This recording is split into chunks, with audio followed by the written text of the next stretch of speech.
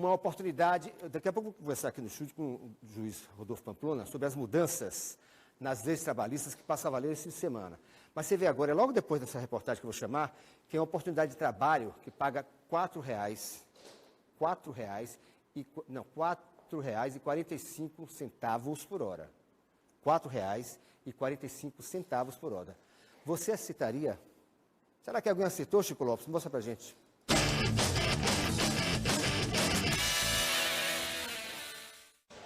Procuram-se funcionários. Calma aí, tem outro aqui, Temos vagas. Não, calma aí.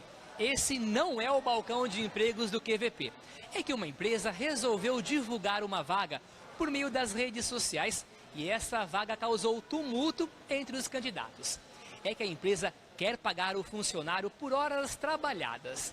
R$4,45 por hora de trabalho. Você aí, o que acha dessa alternativa? Receber por horas de trabalho? R$4 e pouco, vezes 8 horas, né? É o horário que se faz por dia. É um bom valor, sim. Toparia? Toparia. Não tem jeito, né? Tem que trabalhar. Tem que trabalhar. Acho que poderia aumentar um pouquinho mais, viu? Acho que a gente merece um pouquinho mais. Mas se você precisasse, ia aceitar? Na crise de hoje, acho que aceitaria. Mas se botasse um pouquinho mais, com certeza ia ser, ó, bem melhor. Tudo de bom, né? Com certeza. O pessoal aqui em Salvador parece que gostou da ideia. Todo mundo fez as contas. Mas vamos pensar juntos? Vamos lá. R$4,45 por hora de trabalho. 8 horas de trabalho todos os dias. Isso dá mais que o salário mínimo. Olha só, você pode até não gostar de receber por horas de trabalho. Mas de acordo com a nova lei trabalhista, o patrão pode sim pagar o funcionário de hora em hora. É o chamado contrato intermitente. Este empregado, dito intermitente, não pode receber menos que o salário mínimo hora. Agora, ele não tem a garantia de que sequer receberá o salário. Porque o empregador pode simplesmente, em determinado mês, não chamar. E se não for chamado, ele não vai receber nada. Quem é que define, então, em última análise, qual é o patamar mínimo salarial no mês? É a convocação do empregador. Ele pode chamar 0 hora, ele pode chamar 10 horas, ele pode chamar 20 horas, ele pode chamar 40 horas, enfim. Tudo fica a critério do empregador. O anúncio da vaga é esse aqui. E o emprego não é aqui em Salvador, não. É lá em Vitória, no Espírito Santo. Mas cá entre nós, a gente sabe que nessa época do ano tá difícil conseguir um emprego.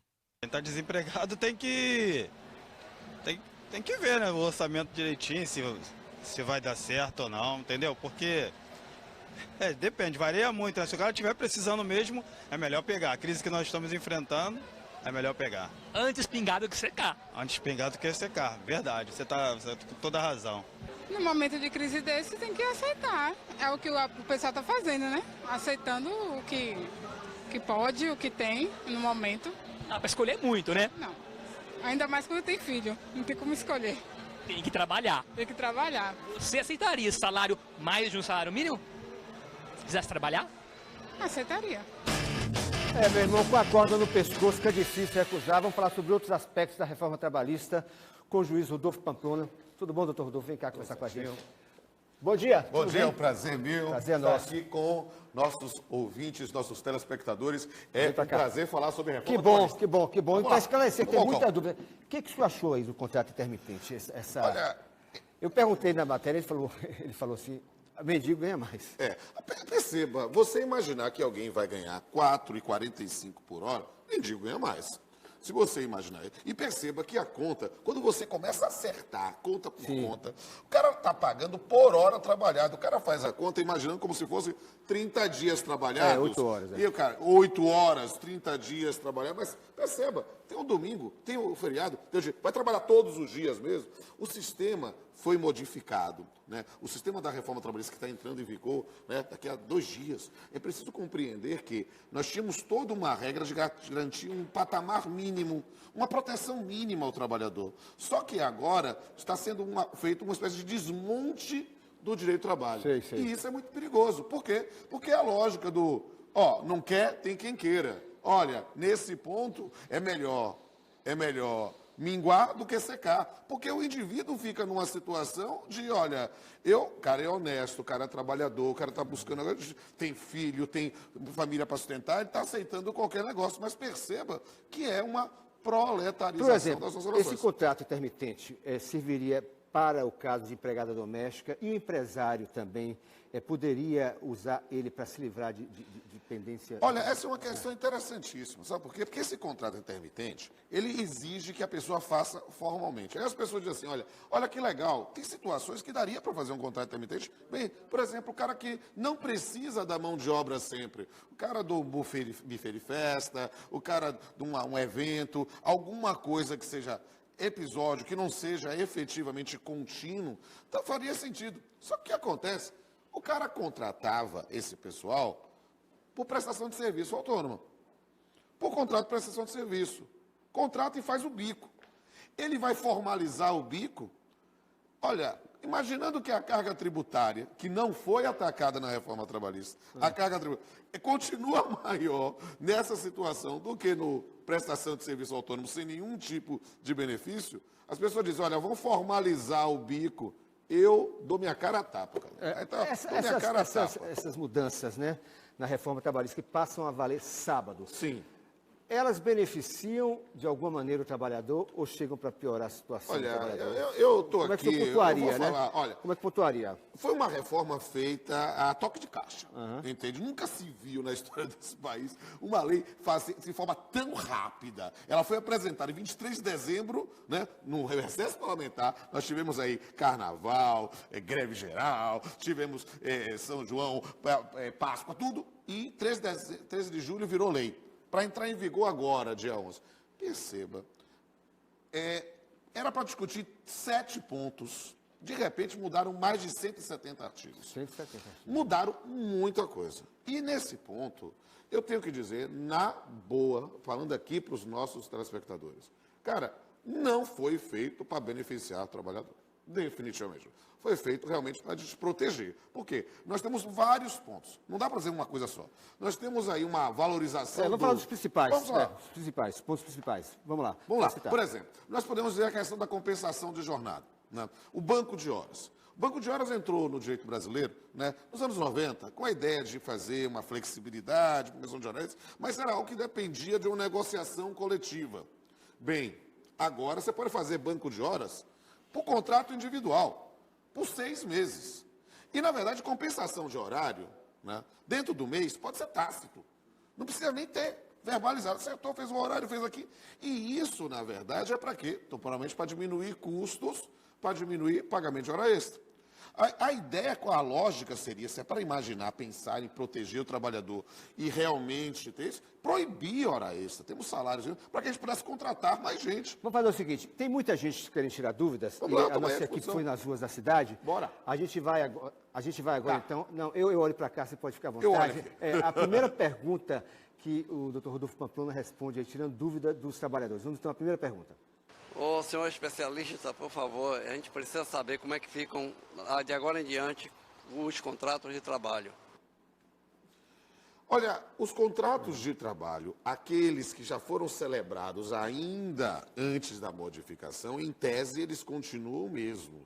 Mas você tem determinados direitos que passaram a ser discutidos depois. Cargo em confiança, o cara não integra mais. A questão da compensação de jornada é algo que é toda semana, todo mês. Então, isso acaba sendo modificado. Tudo aquilo que for de trato sucessivo e for de situações que vão surgir posteriormente à vigência, passa a ser regido pela nova lei. Os contratos, a base, o núcleo básico do contrato estabelecido anterior, esse continua o mesmo. Mas perceba que há direitos que sumiram. Sim, sim. Horas in itinere sumiram. A hora que era pago quando o empregador exigia que o cara trabalhasse fora de um local que não era atendido por transporte público. Aí você dizia, é para contar o tempo todo o período à disposição. Acabou. Falando em tempo, a questão das férias, né? As férias continuam valendo 30 dias, podendo agora ser divididas em três períodos. Exato. Não podem ser períodos inferiores a 5 dias, é isso? É, exatamente. E um período tem que ser no mínimo 14 dias. Como é que funciona? Olha, a questão é assim, essa das modificações são as mais tópicas. A ideia de férias é que a gente tire as férias para se recompor fisicamente, socialmente, ter um momento de descanso. Nós não somos máquinas, somos seres humanos, é preciso dar alguma condição para a gente poder modificar. E a ideia de fracionar férias nunca foi uma coisa muito bem vista. Se admitiu no passado, dividir em 2. Agora, vou dividir em 3. Daqui a pouco, eu não duvido que vamos ter outras modificações legislativas para dividir em 4, 5. Daqui a pouco eu devia estar tirando 5 dias de férias por mês. Né? 5 dias de férias. Tem outra pergunta na rua para o doutor Rodolfo Pamplona. A gente está falando das mudanças que passam a valer neste sábado da reforma trabalhista, que segundo o professor aqui também, as mudanças chegaram para piorar a situação do trabalhador. Vamos à outra pergunta. Eu gostaria de saber o que é que muda na jornada de trabalho. O senhor já falou praticamente, mas dá uma... Mas é interessante, isso é um dos pontos básicos, é importante o cidadão saber. Jornada de trabalho, você, antigamente, trabalhava além do limite, né, recebia sua hora extra. Fazer compensação somente dentro do mês, aí, ou, se fosse banco de horas, você tinha que ter uma previsão pela atuação do sindicato. Agora é o seguinte, a atuação do sindicato do banco de horas existe, mas só se o banco de horas for acima de... foi até 1 ano. Mas, na verdade, ninguém vai fazer mais isso. Por quê? Porque aquilo que era objeto de negociação coletiva, agora pode ser feito para via individual a cada 6 meses. Então, a cada 6 meses, o indivíduo renova. O banco de horas, na prática, vai deixar de ser feito como alguma coisa que as empresas tinham interesse na negociação com o sindicato, para tentar conseguir benefício do trabalhador. Para quê? Para ser na relação meramente individual. Com relação à gravidez, né, muda alguma coisa para as mulheres? A licença maternidade, 30 minutos para amamentar por dia, é isso? A demissão... Essa é uma questão proibida que é também das mulheres grávidas? Mas o que houve na modificação em relação às mulheres, e isso é um ponto que é interessante, porque o direito do trabalho, ele existe, Casimiro, para proteger o trabalhador, às vezes, dele mesmo. Porque o trabalhador está passando por necessidade, ele está numa situação em que ele vê a sua família, ele é o primeiro a querer trabalhar por menos que o salário mínimo, ele é o primeiro a querer abrir mão de todos os seus direitos. Por quê? Porque a lógica é de garantir a ele um patamar mínimo de dignidade. Isso aqui vem a discussão sobre o trabalho da mulher. Nós tivemos recentemente uma lei, né, proibindo o trabalho em condições insalubres, né, para as gestantes e as lactantes, proibindo o trabalho para mulheres em determinadas situações. E aí houve, às vezes, até um lobby, uma reivindicação para autorizar. Ou seja, e agora o que era proibido, né, nesse grau de insalubridade, em grau máximo, você vai ter uma determinada circunstância, ou grau mal, médio, mínimo, se tiver autorização do médico, ou seja, flexibilizando uma situação. Por quê? Porque está se passando o risco de uma doença, de um risco de uma patologia, de um risco de um acidente para o trabalhador. Isso é algo de se transformar a relação de emprego numa relação puramente de custo e benefício e não de preservação da dignidade. Mais pergunta do público entrevistado, doutor Rodolfo Pamplona, juiz, professor também. E lembrando a você, que está chegando agora aqui ao QVP, a reforma trabalhista, as mudanças passam a valer neste sábado, agora. Tem outra pergunta para a gente conferir, vamos lá. Como é que fica o horário de almoço? O horário do quê? Do almoço, é isso? Do almoço. A questão é a seguinte, a parte da negociação do horário de almoço, antigamente nós tínhamos uma restrição para quem trabalhava acima de 6 horas, devia ter um intervalo de no mínimo 1, no máximo 2, salvo alguma negociação. Agora, isso pode ser objeto de negociação coletiva e mais, o intervalo vai ser, no mínimo, se negociado, de 30 minutos. Ou seja, estamos diminuindo este campo de proteção. Perceba que o intervalo de 1 hora não era algo arbitrário, era algo pensando na ideia de uma reconstituição, pensando nisso. Uma coisa é um menino novo feito Casimiro, que é um rapaz jovem, mas pega um coroa feito eu. Pô, isso aí, a gente envelhece. A gente precisa ter determinadas condições de trabalho pensando que somos seres humanos. A pessoa pode emendar o horário? Aí o que acontece? O indivíduo vai ter essa ideia de garantir no mínimo 30 minutos, mas para quê? Para que, neste caso, se houver uma supressão desse intervalo, isso não vai ser pago como hora extra ou algo do gênero, é simplesmente uma ideia de uma indenização. Muita gente querendo saber sobre o 13º, está chegando a hora do pagamento, continua dividido em duas parcelas? O 13º não mudou. Nesse momento não mudou. Nós temos ainda aquela mesma regra, digamos, é a nossa pauta básica, né? Um pagamento até o dia 30 de novembro, o outro até dia 20 de dezembro, se você não tiver antecipado a parte com as suas férias. Isto ainda não mudou, isto ainda não pode ser mudado, mas, sabe, cautela e canja de galinha não faz mal a ninguém. Você acha que pode mudar isso? Olha, eu não quero ser trombeta do apocalipse, mas eu digo que eu tenho visto nos últimos tempos mudar coisas que até bem pouco tempo seriam inconcebíveis. Eu estou acreditando que depois de 22 anos como juiz, 21 como professor, eu estou vendo aquilo que era imutável, numa expressão que se consagrou, imexível. Assustando, né, também. Está assustando. Mais pergunta do povo nas ruas aí para o doutor Rodolfo Pamplona. Vamos lá, então, o assunto é a reforma trabalhista. A minha dúvida é qual o impacto da reforma, né, nas questões das horas extras. Sim, essa é uma das questões. Meu amigo, eu vou dizer com liberdade. Agora eu vou dar um de trombeta do apocalipse. Por quê? Porque eu vou lhe dizer, pegando mesmo, é isso a lei, porque no Brasil ainda tem essa coisa, né, Casimiro? De dizer que tem lei que não pega, né? Mas pegando a lei, ou seja, fazendo a aplicação específica, eu lhe digo daqui a 1 a 2 anos, não vai ter mais hora extra. Porque tudo vai ser compensado, tudo vai ser um dado. E banco de horas? Não somente banco de horas. Olha, o banco de horas, digamos assim, é dos males o menor. Porque, claro, é um mal, porque você acaba tendo um esgotamento trabalhador. Mas sabe o que é pior? É porque nessas circunstâncias veio aí uma coisa, sabe, uma daquelas armadilhas disso aí, que a pessoa precisa ficar de olho, você tem que procurar seu sindicato, tem que denunciar isso no Ministério Público do Trabalho ou no Ministério do Trabalho. Por quê? Vamos ter aí uma tal de uma quitação anual. Sabe o que é isso, Casimiro? É o seguinte, chegar começo do ano, o empregador vai pegar toda a documentação e levar para o sindicato. O sindicato esse que não tem mais contribuição obrigatória, leva para o sindicato para verificar, vamos verificar se está tudo certinho. Aí o sindicato vem, entra em contato com o empregado, verificar, tem alguma coisa errada, alguma coisa assim. Aí pode ser que aconteça, né? Aí o cara diz, olha, aqui está errado, não pagaram isso, não sei o quê. Isso é ótimo, a conversa é linda. E pode ser, será que quer apostar comigo que 1 ano depois, todo mundo que reclamou já foi despedido? E só vai ficar quem não reclamar? Ou seja, quer transformar todo mundo em cordeiro, né? Pronto para o abate, pronto para o batedouro? Isto é algo que nós precisamos ter cuidado com o que a gente chama de um canto de sereia. Fica dizendo, olha, isso aí está vindo para melhorar a vida do trabalhador. Não está vindo para melhorar a vida do trabalhador. Está vindo, sim, para diminuir custo, para pensar na atividade empresarial, mas isto não vai resolver, porque não é o problema da crise econômica do país não está no direito do trabalho, não está na proteção do trabalhador, está na carga tributária, que é escorchante, e esse tipo de coisas que precisam ser denunciados e efetivamente modificados. No caso da mulher, muita gente, novamente falando da licença maternidade, se pergunta o seguinte, por que a servidora federal tem mais tempo? Aí uma questão... 180 dias, não é isso? Na verdade, essa é uma questão interessante, porque a lei foi alterada para admitir uma licença maior. Só que, aí olha que é a questão interessante. Quando vocês trabalham uma lei, cria uma lei para admitir uma faculdade, uma possibilidade do empregador dar uma licença maior. Na prática, o que acontece? Só quem faz isso é o Estado. Por quê? Porque a iniciativa privada queria que a pessoa desse à luz e logo voltasse a trabalhar no dia seguinte.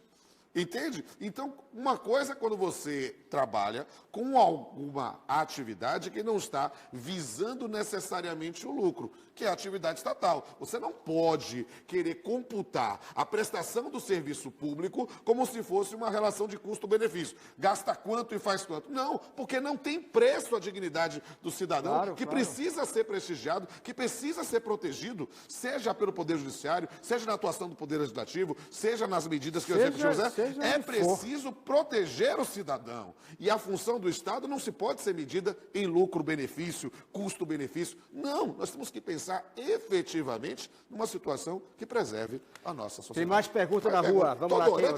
Tem muitas dúvidas e é bom o povo ficar muito atento. Eu falo sempre a essas mudanças, eu falo sempre que o povo tem que... Movimentos por interesses políticos também. Tem mais perguntas. Vamos lá. Haverá mudança nas férias do trabalhador?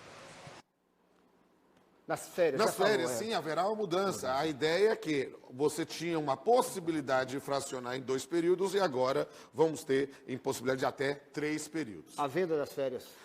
Olha, eu vou falar com liberdade, assim, absoluta liberdade. Eu tô adorando falar aqui, porque Pode o programa falar, que pode não, falar com aqui pode verdade, falar com mesmo. liberdade Com e certeza. formalidade. Cara, olha, venda de férias é um negócio que tá errado.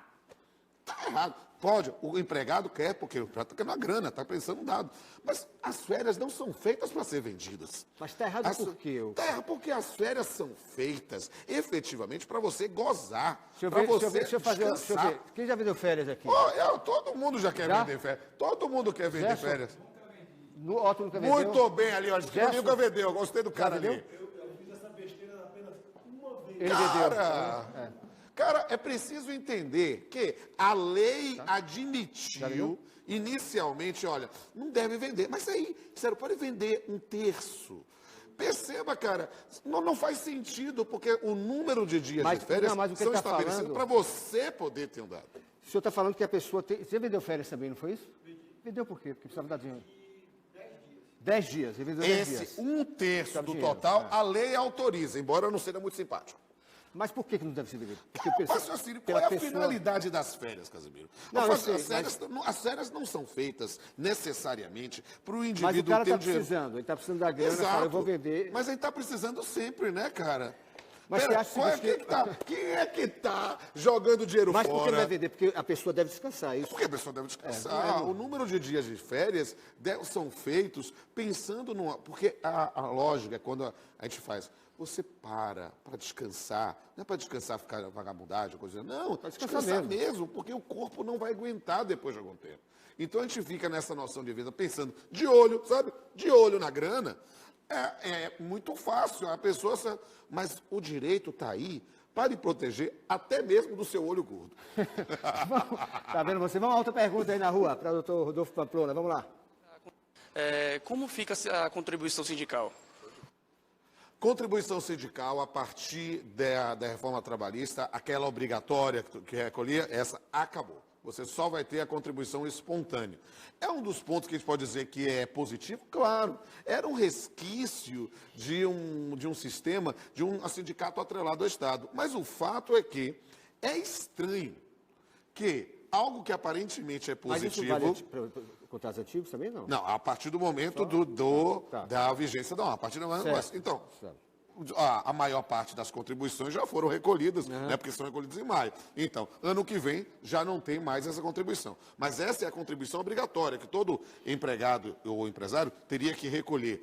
A espontânea, não. A espontânea é o indivíduo se associa a um sindicato, ele paga como você participa de qualquer tipo de associação, clube ou coisa do gênero. E é nesse ponto interessante, Casimiro. Por quê? Porque é estranho. Sabe por que é estranho?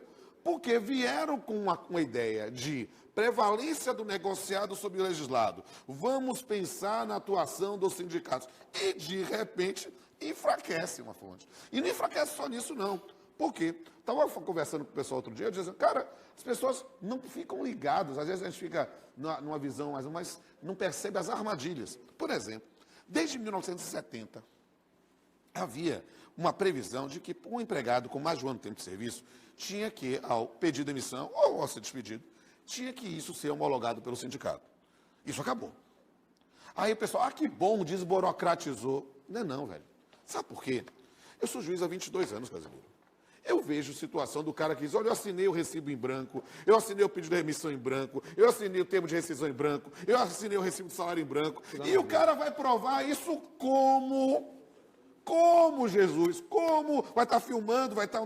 Ninguém. Quem faz isso faz petit comité, sabe assim? Numa salinha fechada. Cara, quer dizer, eu assinei branco, sim, é a palavra de um contra o outro. A partir desse momento em que eu tinha uma obrigação, aquele momento da quitação, aquele momento que o cara ia receber as revisórias, o momento mais dramático, que é o momento do fim da relação de emprego, né?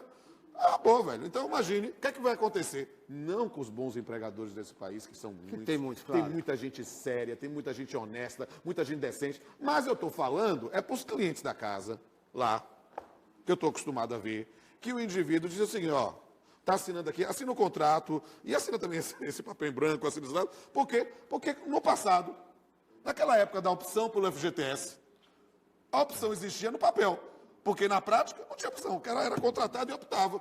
Vai ser a mesma coisa. Obrigado. Boa entrevista Prazer com meu. você. Apareça mais vezes. Vai ser um prazer, adorei e pretendo voltar. Sua aula é sempre assim, né? Também. Não, comigo ninguém dorme na minha aula. Como é? Tá muita gente ligando, elogiando a sua atuação e a gente está torcendo para que o trabalhador tenha mais respeito, seja mais respeitado. Né? Olha, Casemiro, se eu posso dar uma mensagem final, é dizer o seguinte. Meus amigos, esse é um momento de mudança do modelo. E um momento de mudança do modelo é um momento de crise, de drama. E que a gente não sabe o que vai vir. E não sabe quantos direitos nós ainda perderemos. Mas se há um direito, Casemiro, que você nunca vai perder, meu amigo, é o direito de ter esperança. Lute. Bacana, obrigado. Um abraço para os seus alunos lá, viu? Um abraço forte. Doutor Rodolfo Pamplona, juiz, falando então sobre as mudanças